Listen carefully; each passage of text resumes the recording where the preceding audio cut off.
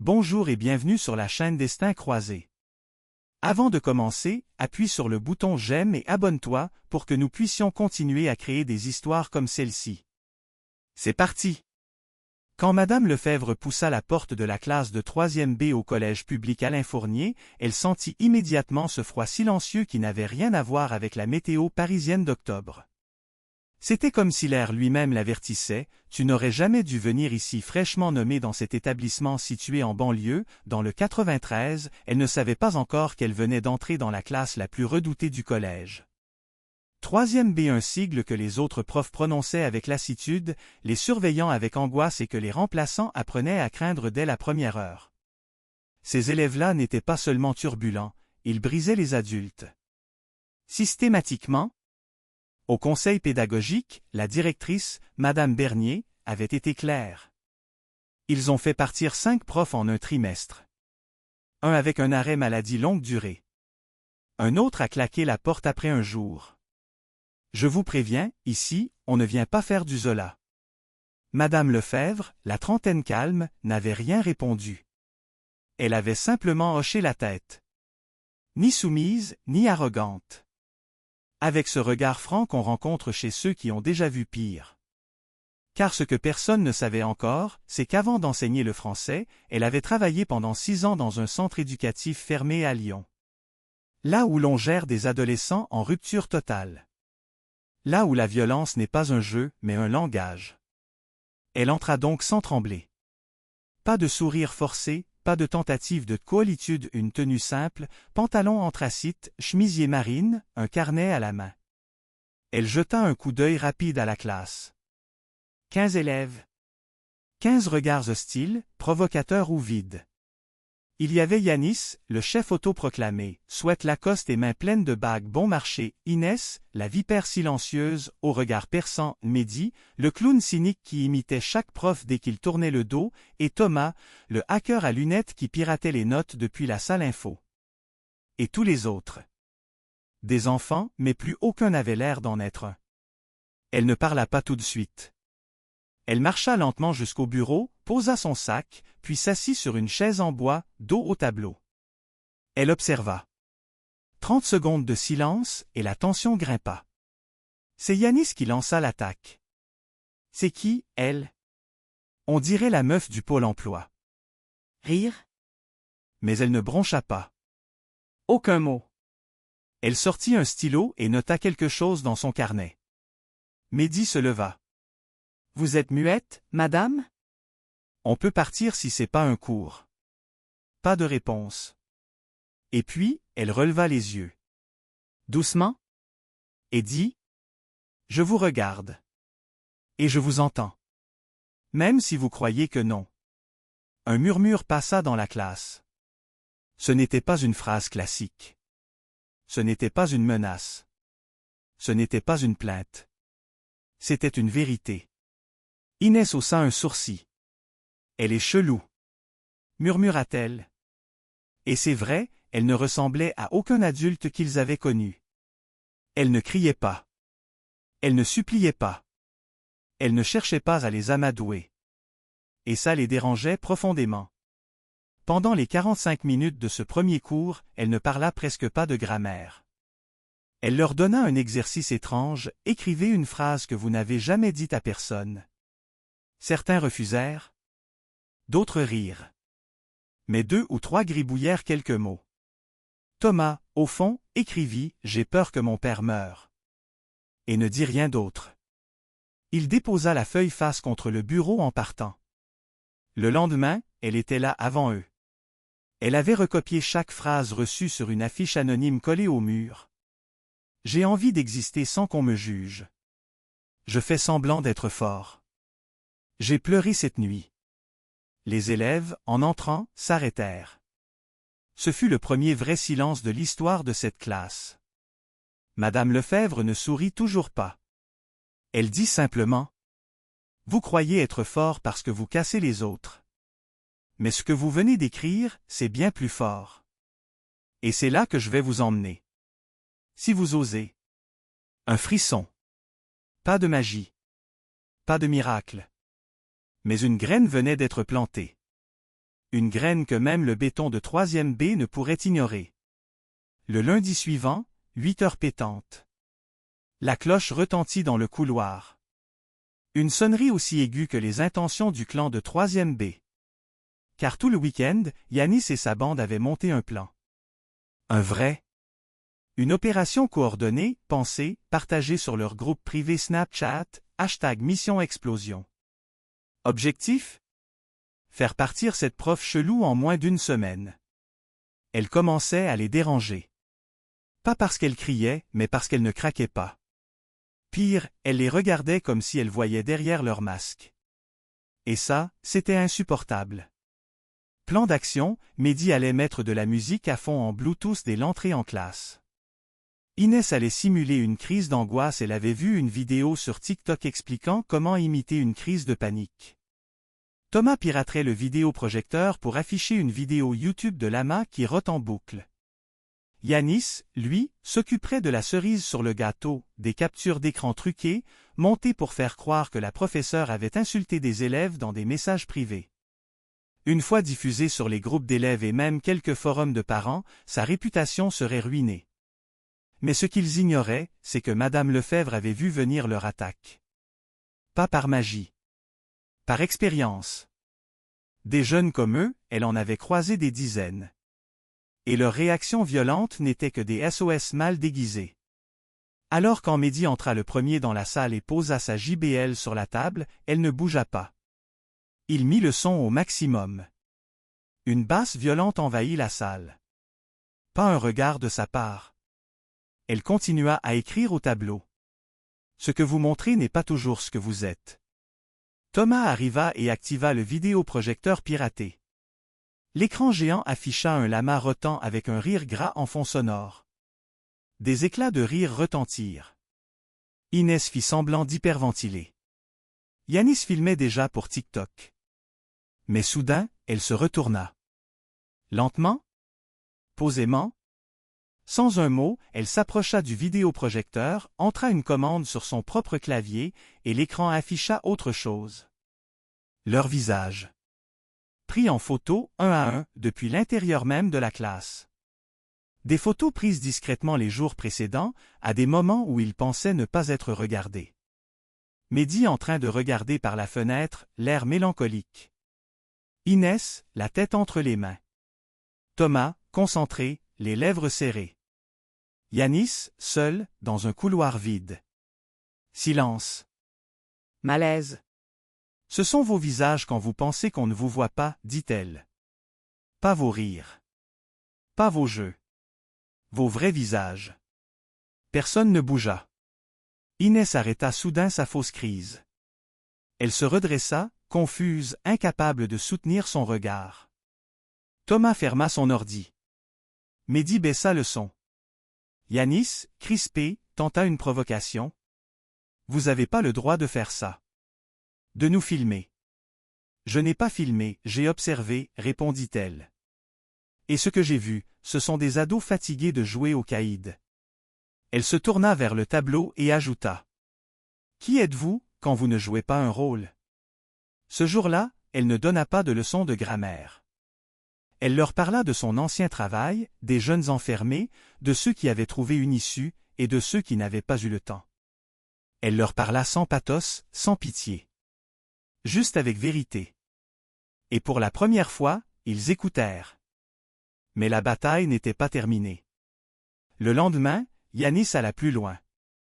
Il pirata un compte de prof et envoya un mail anonyme au rectorat, accusant Madame Lefebvre de maltraitance psychologique. Il posta les fausses captures sur Instagram, ajoutant « Encore une prof qui pète les plombs ». La direction convoqua Madame Lefebvre. Mais au lieu de se défendre, elle montra les vraies preuves. Les montages. Les vidéos. Les intentions. Les plans. Tout. Et au lieu de punir, elle dit au proviseur. Ne les excluez pas, donnez-leur 1 heure avec moi. Une seule. Le rendez-vous fut fixé. Le lendemain. 9 heures Yanis, Inès, Thomas et Mehdi. Dans une salle vide. Face à elle. Et ce qu'il allait se passer dans cette heure-là, changerait leur vie. Mais il ne fallut que 60 secondes pour que le plus dur se produise. Et ce que la prof allait leur montrer, ils n'étaient absolument pas prêts à l'encaisser. Mardi, 8h59. Le silence régnait dans la salle C12. Une table, 5 chaises, un tableau vide et une professeure au calme désarmant. Madame Lefebvre était assise, bras croisés, le regard posé sur la porte. De l'autre côté du couloir, Yanis, Inès, Mehdi et Thomas s'approchaient lentement. Ils avaient été convoqués officiellement pour un échange disciplinaire individualisé, mais eux savaient pourquoi ils étaient là. Ils avaient essayé de la briser. Ils avaient échoué. Mais ils ne savaient pas encore à quel point. Ils entrèrent, chacun avec un air différent, à Yanis, provoquant comme toujours, Inès méfiante, Mehdi nerveux, Thomas muet. La professeure referma la porte derrière eux, en silence, puis désigna les chaises. « Asseyez-vous. Une seule règle, pas de masque aujourd'hui. » Personne ne parla. Elle sortit alors une tablette de son sac. Et avec un simple mouvement du doigt, elle lança une vidéo sur l'écran accroché au mur. Et c'est là que les 60 secondes commencèrent. Première image, le chat Snapchat nommé #MissionExplosion. Ensuite, les captures d'écran des conversations. Puis, la vidéo de Mehdi branchant la JBL. Inès filmant. Thomas ouvrant la session piratée. Yanis rigolant, partageant les faux messages. Ensuite, les montages tous. Mot pour mot. Minute par minute. Leur plan. Leur cruauté. Leur vanité. Leur trahison. Leurs visages changèrent. Inès blêmit. Mehdi se recroquevilla sur sa chaise. Thomas détourna les yeux. Yanis resta droit. Mais ses mains tremblaient. Madame Lefebvre appuya sur pause. « Je n'ai jamais eu besoin de vous punir. Vous venez de vous condamner vous-même. » Elle se leva et posa devant chacun une copie imprimée d'un extrait de leur conversation. « Voilà ce que vous êtes, quand vous croyez être invisible. » Personne ne bougea. Pas un mot. Elle continua. « Ce que vous avez fait, c'est grave. Très grave. Vous auriez pu ruiner une vie. Vous auriez pu briser quelqu'un. Mais vous avez choisi la mauvaise cible. Moi, je suis déjà tombé. Et je me suis relevé. Mais la prochaine fois, ce sera peut-être un prof plus fragile. Ou un camarade. Et ce jour-là, vous ne rirez plus jamais. » Yanis tenta enfin quelque chose. « Pourquoi, vous ne nous avez pas dénoncés plus tôt ?» Elle le fixa. Son regard était d'une douceur foudroyante. « Parce que je voulais vous laisser une chance, de vous dénoncer vous-même. » Et puis, elle sortit une enveloppe. Je devais la remettre ce matin. C'est ma lettre de démission. J'avais décidé d'abandonner ce poste. Pas à cause de vous. À cause de moi. Je pensais que je ne pouvais plus rien changer. Elle ouvrit l'enveloppe. La déchira en deux. Mais vous m'avez prouvé le contraire. Car en 60 secondes, vous avez tous montré qui vous êtes vraiment. Et malgré ce que vous croyez, il y a encore quelque chose de beau en chacun de vous. Silence. Bouche sèche. Respiration bloquée. Et soudain, Thomas se mit à pleurer. De vraies larmes. Pas de la honte. De la douleur. J'ai jamais voulu faire de mal. J'ai juste suivi. Inès baissa la tête. Moi aussi. J'ai juste copié. Comme toujours. Mehdi, bouleversé, lança. Et moi, j'ai juste peur. Tout le temps. Je veux juste qu'on me voie. Puis, Yanis, le roi, le meneur. Il se leva lentement. Marcha vers la professeure. Et s'agenouilla. Madame, je suis désolé. Et à ce moment précis, le roi tomba. Pas dans la honte. Dans l'humanité. Madame Lefebvre s'agenouilla aussi. À sa hauteur. Ce n'est pas le pardon qui compte. C'est ce que vous ferez après. Et ils comprirent. Que cette minute-là allait les suivre toute leur vie. Comme le point de bascule. Celui où on devient autre chose. Les jours qui suivirent furent étranges, silencieux, presque sacrés dans les couloirs du collège Alain Fournier. 3e B, autrefois la classe la plus redoutée, était devenue paisible. Plus d'insultes. Plus de musique. Plus de menaces. Juste des regards échangés, parfois honteux, parfois curieux. Mais surtout, une présence nouvelle. Quelque chose d'invisible avait changé. Et tout tournait autour d'elle. Madame Lefebvre continuait à faire cours. Mais ce n'était plus comme avant. Les élèves l'écoutaient. Vraiment. Ils prenaient des notes. Ils posaient des questions. Ils réfléchissaient. Un jour, Thomas rendit une rédaction sur le thème « Le plus grand courage de ma vie ». Il y décrivait la minute où il avait regardé ses propres erreurs en face. Inès proposa de lancer un club d'écriture. Mehdi répara un ordinateur du CDI sans qu'on lui demande. Yanis, lui, ne parlait plus autant, mais il observait tout. Il notait les injustices, les regards moqueurs, les gestes déplacés, et il intervenait. Pas violemment. Juste avec autorité. Comme un chef, mais un autre genre de chef. Mais ce qu'ils ignoraient, c'est que cette transformation avait un prix. Un jour, Madame Lefebvre annonça qu'elle quitterait le collège à la fin du mois. Elle avait reçu une proposition pour intégrer une cellule de formation des enseignants dans l'Académie de Créteil. Une promotion. Une opportunité. Mais pour eux, une trahison. Yanis fut le premier à réagir. Il frappa doucement la table, les yeux pleins de feu. « Non. Vous n'avez pas le droit de partir. »« Pas maintenant. »« Je ne pars pas parce que je vous abandonne, » dit-elle. « Je pars parce que vous n'avez plus besoin de moi. » Mais c'est Mehdi qui demanda. « Pourquoi vous êtes comme ça? Pourquoi vous avez jamais hurlé? Pourquoi vous avez tenu? » Elle resta silencieuse. Puis, pour la première fois, elle leur raconta son histoire. « J'avais un petit frère. Il s'appelait Léo. Il était comme vous, en colère, bruyant, brillant aussi. Mais on ne l'a jamais compris. Il s'est fait renvoyer de 3 collèges. Un jour, on l'a mis en foyer. Et puis, il a disparu. On l'a retrouvé 3 jours plus tard. Une lettre dans la poche. Une seule phrase, « Je voulais juste qu'on me voie. » Elle s'arrêta, les yeux brillants. Depuis ce jour, je me suis juré que plus jamais un ado autour de moi ne se sentirait invisible. Silence. Un silence si profond qu'on entendait la pluie battre sur les vitres. Inès pleurait. Thomas serrait les poings. Yanis s'était levé. « Vous ne partirez pas comme ça, dit-il. Vous méritez mieux. » Et ce qui se passa ensuite bouleversa tout le collège.